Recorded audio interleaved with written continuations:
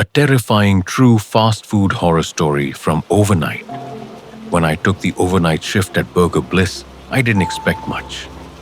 I was in college, needed rent money, and honestly, the isolation was a bonus.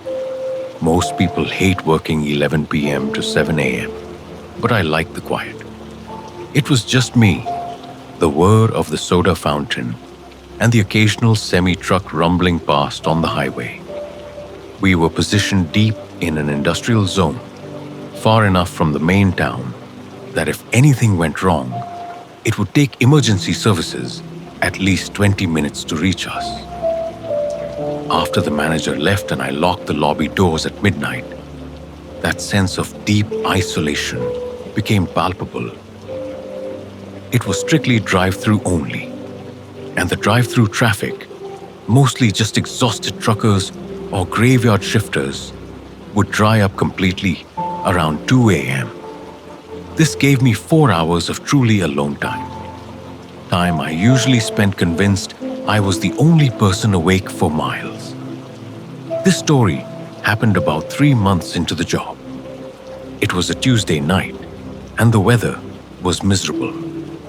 You know that kind of rain. Not the soft sprinkle, but a heavy, relentless downpour that hits the roof and windows like gravel. It was a chaotic curtain of noise that completely isolated you. It muffled every outside sound, making the store feel less like a place of business and more like a submerged fish tank where the world outside simply didn't exist. I had already finished all my cleaning tasks. The fryers were sparkling, the counters were wiped down, and I was sitting on a plastic bucket in the back, scrolling on my phone, just waiting for the clock to hit 5 a.m. so my manager could show up and relieve me. It was already 2:40 a.m., and the last car had been about an hour ago. Complete silence, except for the rain. I remember thinking how easily someone could just walk up to the drive-through window and break it, and no one would hear anything over the storm. That was always the worst part of the shift. The realization that the flimsy window was all that separated me from whoever decided to stop by. It was a dumb, tired thought, but once that idea settles in when you're alone, it stays. Then, the sensor dinged. It's a little chime that tells you a car has pulled up to the speaker box. I frowned. 2:40 a.m. This was way past our usual cutoff time. My first thought was a mistake. Maybe a trucker taking a quick nap and then moving. But the ding had been deliberate. I clipped the headset onto my ear and took a deep breath, trying to sound professional despite the exhaustion. "Welcome to Burger Bliss. How can I help you?" Nothing.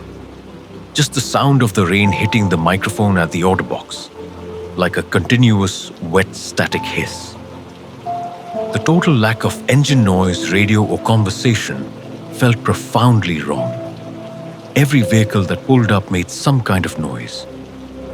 "Hello?" I tried again, putting a little more force into it. "Burger Bliss drive-through. We're ready when you are." The static hiss stopped abruptly. It was instantly replaced by a silence so heavy that it was worse than the rain. It was the sound of someone actively, intentionally listening. The sheer absence of noise became a weight. I could hear my own breathing, shallow and fast, and the frantic pounding of my heart suddenly seemed loud enough to carry through the headset. Then I heard it. A voice. It wasn't loud, but it was incredibly clear, and it sounded like it was right next to my ear, despite the speaker being 20 feet away. It had no reverb, no echo, just pure, close sound. The voice was flat, emotionless. It didn't sound human, but that's not quite right. It sounded dead, like a recording being played back without the human warmth, totally devoid of breath or inflection. I know. You're the only one here. I froze. My mind went completely blank. Then immediately went into overdrive. How could they know that? We always had two people until midnight. This was the one time of night where I was truly alone, and I hadn't told anyone. That chilling statement wasn't accusatory or playful. It was a simple, terrifying statement of absolute certainty. I yanked the headset off my ear like it was on fire, holding it tight, shaking. I walked quickly to the back and peered at the security monitor.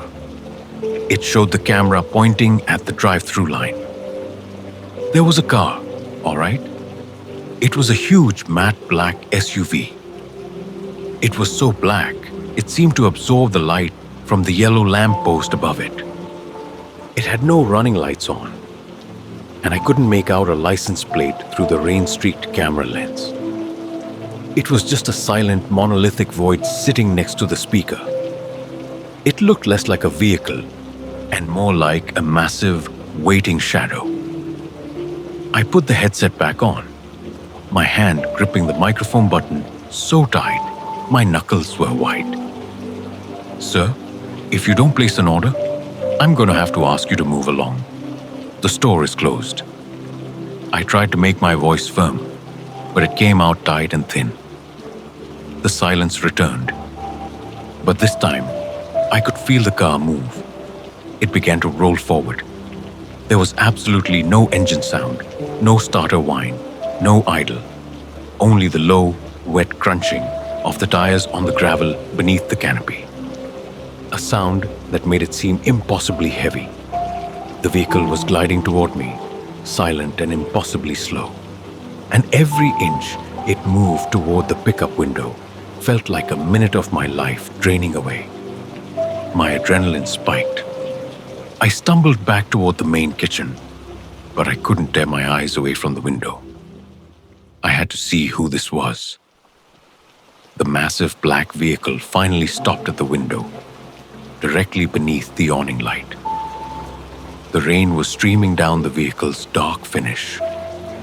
The driver's side window was completely fogged over with condensation. You couldn't see anything inside the cab. It was just opaque gray glass. But then, as I watched, trembling, a shape began to form on the glass. Someone was wiping the condensation away from the inside. It wasn't a casual swipe.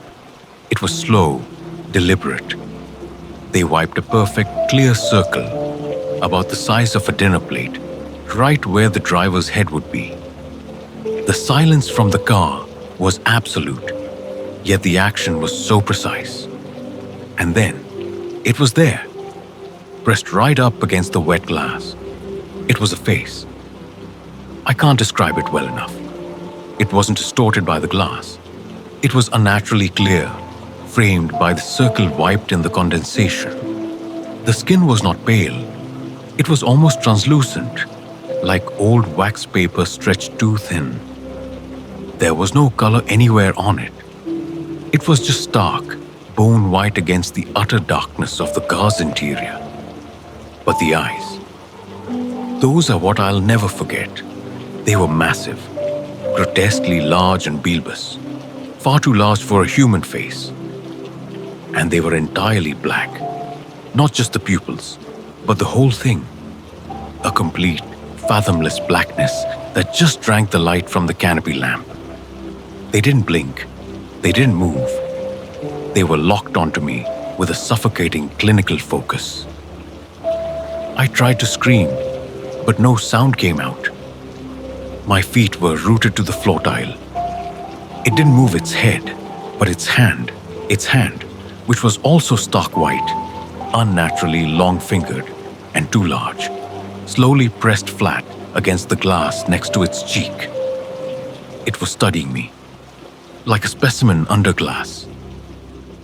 The terror wasn't from a threat of immediate violence, but from the horrifying realization that this thing was not scared of me or even angry at me. It was simply observing, cataloging, and I was nothing to it but data.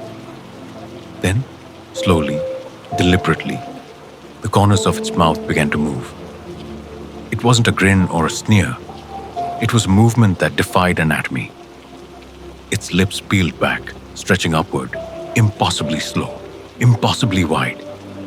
The skin pooled so taut at the corners of its mouth that it looked white and painful, stretching across the flat, featureless cheekbones. It was a pure, vacant, dead malice. A smile that knew everything about me and found my fear amusing. That horrifying geometric curve was the moment the last shred of my sanity broke. I finally found my legs. I let out a choked sound, a weird, thin whimper, and bolted. I didn't head for the back door. I panicked and ran for the walk-in freezer. It was a stupid boxed-in move, but I needed the thick steel door, the only place without a window. I slammed the heavy door, threw the latch, and sank onto the cold metal floor, burying my face in my knees. I could still see that smile, branded onto the inside of my eyelids. I stayed in there for what felt like an hour, maybe more, listening only to the low drone of the refrigeration unit. My clothes grew damp with condensation and sweat. Every second was spent questioning if I was hallucinating, if the lack of sleep had finally broken me. Finally, the silence from outside became too much. I had to know if it was gone. I slowly crept out, my whole body tense, ready to slam the door shut again. The drive-through window was empty, the sound sensor was quiet. The black SUV was gone. The only sound was the continued, relentless drumming of the rain. I stumbled back to the counter and looked out the window. Nothing but the rain and the yellow lamplight. It felt like it had all been a terrible lucid dream brought on by exhaustion and terror. But then I saw it. In the condensation still clinging to the glass of the drive-through window, there was that perfect, clear, hand-wiped circle. And right next to where the face had been, faintly visible on the wet glass, was the outline of a handprint, long, spindly, and unnervingly pale. The moisture was already starting to reform around the edges, slowly swallowing the horrifying evidence. I didn't try to wipe it away. I backed away slowly, grabbed my keys and phone, and walked out the back door, locking it behind me with shaky hands. I didn't care about the job, the paycheck, or my manager. I ran to my car and drove straight home. I kept checking my rearview mirror all the way, half expecting to see that matte black shape gliding up behind me.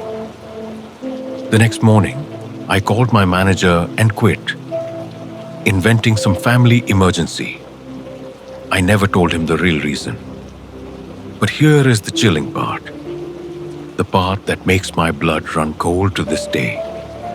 When the next employee showed up for the morning shift, they found something stuck to the drive-through window where the SUV had been. It wasn't a note or a piece of trash. It was a small square photo, taped lightly to the glass. It was a picture of me, not a current photo. It was a cheap, grainy photo booth picture from when I was about 8 years old, taken at a bowling alley where I hadn't been since childhood. I was sitting alone, looking slightly off camera, my eyes wide, as if something invisible had just called my name. There was nothing written on the back. It was just the horrifying implication that whatever was in that black SUV didn't just know I was alone that night. It had been watching me and waiting for me since I was a child. Which story scared you the most? Comment below and subscribe for more true horror stories.